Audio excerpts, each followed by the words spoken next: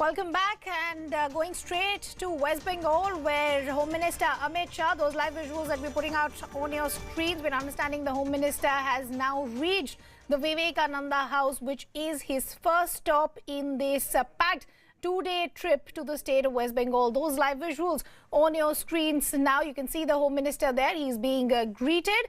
Of course, he's at the Vivekananda House. As our reporter Payal was pointing out, he has multiple visits lined up. He's being garlanded. He's been welcomed by multiple dignitaries there. The entire area, of course, has been cordoned off, sanitized, following all COVID protocols. Amit Shah there flanked by the other dignitaries as well. This is going to be the first stop there. The Home Minister also waving the victory sign to the people who have also come in. So the Home Minister there at Vivekananda House, of course, as I've been pointing out, that this is the first stop in the multiple stops that we'll see right through the day. Of course, the most crucial will be his visit to Midnapur ground, where he will be addressing a rally, and also Shubhendu Adhikari will be formally inducted. So, of course, you can see Saffron Mission Bengal now starting.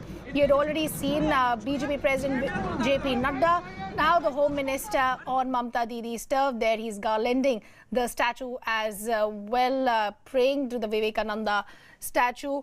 Let's try and get more details. My colleagues Payal and Shogato will be getting us all the details. Shogato, coming to you. The first stop was Vivekananda House. The Home Minister is there. He was welcomed, garland. He also garlanded the Vivekananda statue. What happens from here on? Well, you see, the idea always, as far as the Home Minister Amit Shah and senior leaders of the BJP are concerned, there is always an itinerary in place to sort of, visit the residences and places of India, of Bengal's icons, and Vivekananda is one such icon which the BJP has fiercely tried to own in the past as well. This is not the first visit of Amit Shah to Vivekananda's house in 2019 during the Lok Sabha elections as well. He visited the same place, he garlanded the same statue, and now as well, later in the day when he comes to Midnapur, he would also be garlanding the bust of Shahid Khudiram Bose, who hails from this area, the son of the soil, and a martyr, a great Indian freedom fighter. And obeisance will be paid to him as far as the BJP leadership is concerned. You see, similar things have happened in the past as well. Even during the last visit of Amit Shah, he went to Bakura and garlanded the statue of Birsa Munda, another freedom fighter of the tribal folk from that region. So this is something that the BJP has been doing in a sustained manner, especially its leadership. But as far as Amit Shah is concerned, he is also at the same time planning to visit a couple of temples in both Kolkata as well as in Midnapur, and will also, like in previous occasions, have lunch at the residence of a party worker here in Midnapur, and tomorrow also at the residence of a Baul artist in Bolpur, and similar such events will be happening besides the political programs, and those are essentially attempts at mass outreach in terms of the BJP, and that is what the Home Minister will be focused on here in the state, even during this two-day visit that he is planning. Absolutely. Shogato, stay on with us. Let me also go across to Payal. Payal, the idea is to make the maximum of this two-day visit. We're understanding after the Vivekananda House, where the Home Minister is currently, he also will be addressing the press at Simla Street. Well, of course, yes. Amit Shah will be speaking briefly to the press. In fact, this evening he's going to hold a full-fledged press conference. In fact, tomorrow he'll be holding a full-fledged press conference as well. And Amit Shah wants to answer all those questions. Whatever the TMC is saying, whatever the TMC has been alleging, whether it's to do with the internal war with the Home Ministry or even the political war that is really panned out, you can expect Amit Shah to answer all those questions as well. So that is the brief stay that he's going to have in Kolkata, just 2 days as well. But he's going to keep coming back every month and probably for a week or something starting January to next year as well. till we build up to the 2021 election. Because remember, it's an unfinished agenda on his mind. He was a party president who took the party to great heights between 2014 till 2019, and 2020 is when JP Nadda really took over. So obviously it's an unfinished task, and Amit Shah is very much focused as far as that is concerned.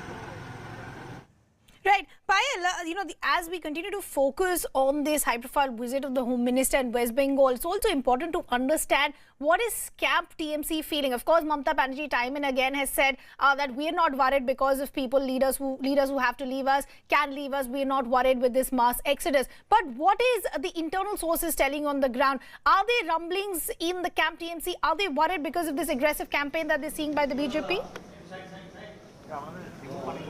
Well, that they definitely have felt uncomfortable with the kind of aggressive campaigning the BJP really has done, and that's something which is not new. That's not something which has happened over the last 1 month. Remember, the BJP has applied itself in Bengal in the last 5 years. Kailash Vijayavargiya was appointed 5 years ago, so he's expected to deliver a job. He's taken the party also to a great height from where it really started with 2 MPs in 2014 to coming up to 18 MPs in 2019. So obviously the BJP has been applying itself. They do understand that this is not a natural batting turf for them. They have to really work very hard. They have to develop the technique to bat on such a tricky pitch as well. But obviously this is Mamata's base, this is Mamata's background, this is where she comes from, this is where she has done her politics all her life as well. So obviously it's not going to be such an easy task to uproot Mamata. But given the fact that she's a fighter, remember she's a street fighter who fought 34 years of left rule to actually come into power as well. 10 years of rule is what she's already seen. She's seeking her third term. And the BJP obviously is just pushing her all the way by taking people away from the party of hers. Obviously, challenging her, and there's constant war of words that you basically see between the centre and the state in terms of the federal structure. That is a constant argument as well. The crucial bills, whether it's the farm bill, the CAA, the proposed NRC, all of these issues have been very, very, pressing issues as far as the centre and the state are concerned. Absolutely. But stay on with us. Let me also go across to Shaugato. Shaugato, there are multiple issues that are panning us as far as the politics of West Bengal is concerned. Of course, there is a saffron surge that we are seeing. Of course, war of words, the exodus. But there is also another politics that is playing, that is in terms of the deputation row that we now see. The MH in its second order yesterday said they're still waiting a reply from the state. What's the latest update on that? Well, what we have already broken on this, Riddhima, since yesterday evening is that the Bengal government has now decided to move court over this very, very controversial and contentious issue.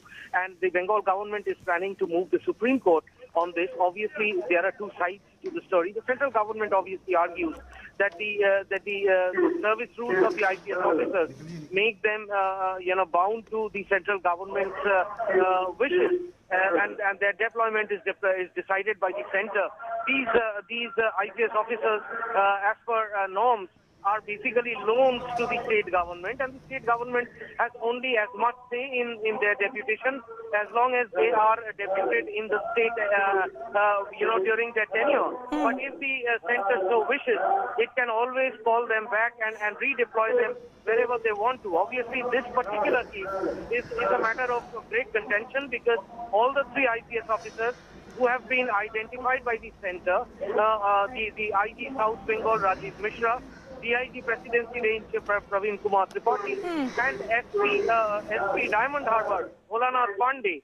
All three of them were responsible for the security of JP Nadda, the BJP president whose convoy was attacked some time back when he was here in the state. And now the perception is that they have been put on central deputation as a punishment posting, and that is what the state government is objecting to.